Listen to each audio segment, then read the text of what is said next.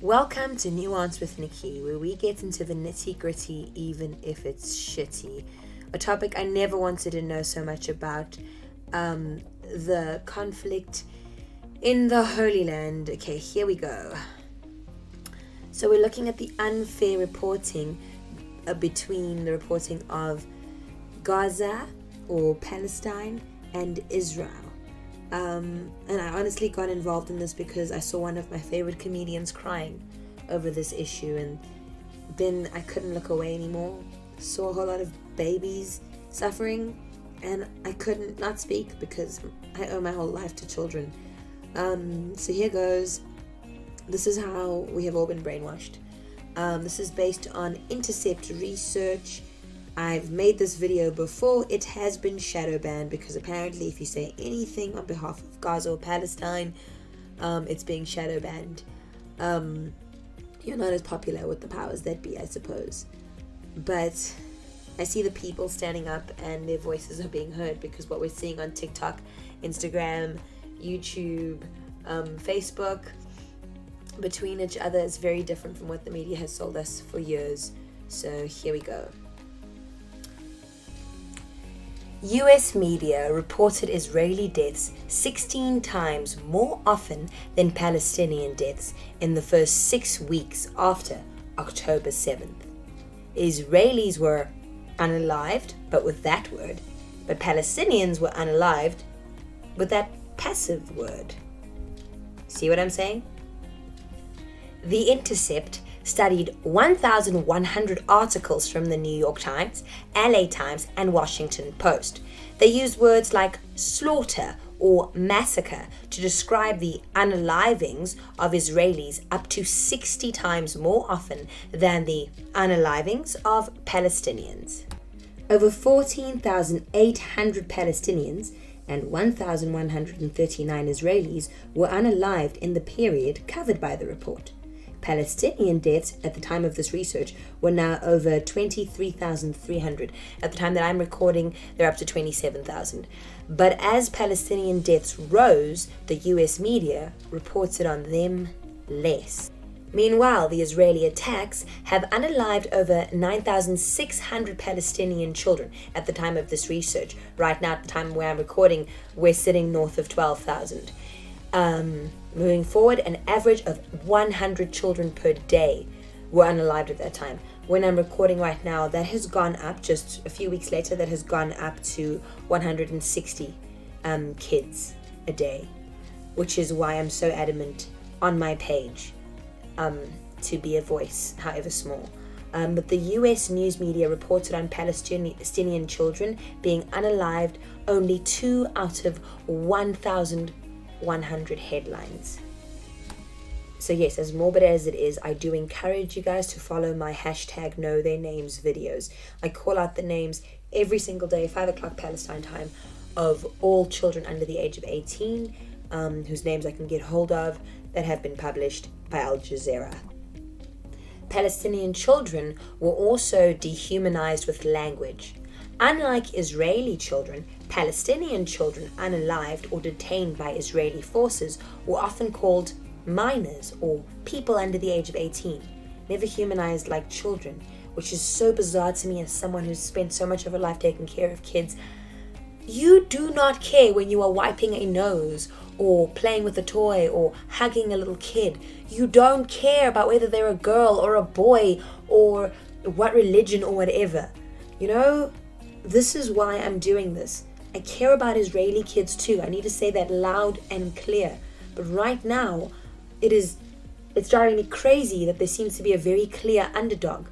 It's the one thing you fight against as a teacher or a child caregiver, is that you teach children to share and to be equal. But the adults don't even seem to have that. Moving forward. So I tried in my original video, just to give you an example of the extreme sympathy that was being shown to one Israeli hostage, and how this little girl got to go home and she's recovering from her trauma by playing with her dog, which I think is beautiful for her. But when you look at the stark contrast of the other kids who are living in abject horror, and you look at what's going on in those hospitals, I try to put footage in about that. I have been shadow banned there's all sorts of age restrictions on my videos of things that children over there, they don't get to run away from. This page of mine is not for children. I make that clear. But yeah. A report on BBC coverage of Gaza shows a similar dehumanization of Palestinians. In multiple cases, the BBC reported Israel were unalived like that, while Palestinians were passively unalived, often in the same sentence. So let's watch this exchange. Typical, just run-of-the-mill BBC stuff. Of the attack on Israelis in southern Israel by Hamas before this can move forwards? Oh, God. I mean, I can't believe I'm hearing the same thing over and over again. This is a preoccupation with the Western media. Because something happened to Israel for the first time in its history. Everybody's up in arms, and its victims have to condemn themselves. Israel has been doing this to us for decades. Piecemeal, day in, day out, people killed, homes demolished. And we're telling you how many Palestinians have been killed by a brutal Israeli occupation. Total siege in Gaza, total destruction and land theft in the West Bank. Nobody brings Hamas spokespeople, Israeli spokespeople, and say, do you condemn this? Isn't this brutal? Isn't this genocide? Isn't this? No. But the moment people under siege, look at Gaza. It's an area where people haven't had a day of normal life. And then when they lash out, when they break out, immediately all sorts of horrific labels are used. Were the Israeli citizens legitimate targets? The targets? problem is using, as I said, this logic. I just want to be clear. I just want to be clear. Are you saying that the Israeli citizens were legitimate targets? No, I don't believe in civilians being legitimate targets at all. At all. In the same way as we are not legitimate targets of Israel. Our homes, our lands are not at its disposal. Our freedom, our rights have been denied. No, don't put words in my mouth. Okay. Never. Civilians are never legitimate targets. But what I'm talking about is the double standard. Okay. Israel is an occupying power. This has to be acknowledged. Israel has been torturing the Palestinians since 1947. It is time. So yes, October 7th matters. But what about October 6th and 5th and 4th?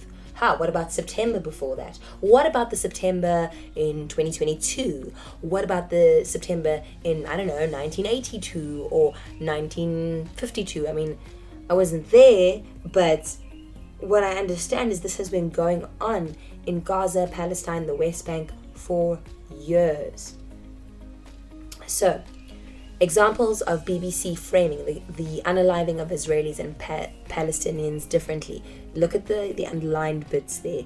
You can see how the people in Gaza have passively died in the war, while actively unalived Hamas, 1,200 people. Look at that. October 12th, this is just a couple of days after October 7th. The Israelis, look at that, and then look over there at the Palestinians. Look at the language, look at the framing. Right, once again at the bottom there. Got it? They have been telling us. The Palestinians have been telling us. We just haven't been listening. Al Jazeera has been telling us for years. You can actually go back and see all the coverage they've done for years. Last year, 1,500 plus US journalists signed a letter condemning the dehumanizing rhetoric that has served to justify the ethnic cleansing of Palestinians. 8 BBC journalists condemned the BBC's double standards and demanded equal treatment of all civilians. Is that so much to ask for? While Israeli victims are documented as people who were loved, Palestinians are uprooted even in death. They're not described as fathers or mothers or daughters or sons. They're simply dead bodies. This is according to Mona Chalabi. I don't know if it's Chalabi or Chalabi. She's a UK data journalist and she's a Pulitzer Prize winner. Right, so in my original video, I made reference to this guy. We all know by now what he has said, and I timed this video to a famous anti-apartheid song. The song was written by 4 Jewish South African brothers during the apartheid era who refused to do the national service that white folk were forced to do. And so they had a protest song, and it was then banned subsequently in apartheid South Africa, and I timed it to the lyrics of the song to make people think. However, with the shadow banning, people aren't seeing that full video, so this is a little bit from it. But if you'd like to see it, the lyrics, the threat is under firm control. I put up these babies to go, are they seriously a threat? Are they a threat? However, that song is illegal in 2 countries. Here's a father begging Biden and Blinken to answer him, what have my children done? What have my children done? I know one of them is called Hindi. There are the 4 brothers in the original song. It's called Weeping by Bright Blue.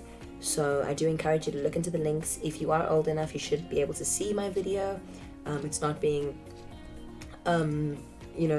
like YouTube isn't necessarily showing it unless you look for it. So you're going to find it on the link. Otherwise, I'll do what I can to help you download it. Go to the description. Please also join my Know Their Names. Please watch at least 1 episode of those. I'm doing my best to remember the Palestinian babies. Because there's a poem by one of the Palestinian writers, and he said, if I must die, you must live to tell my story. And he said that they are not just numbers, they had names, they had lives. So if you could just take 1 moment to listen to one of my videos, remembering them. I know it's not the most glamorous task we can do, but I think very, very meaningful. Thank you so much for listening. This was the nitty gritty. It was quite shitty. Thank you for coming to Nuance with Nikki. Let's try to get through the misinformation, shall we?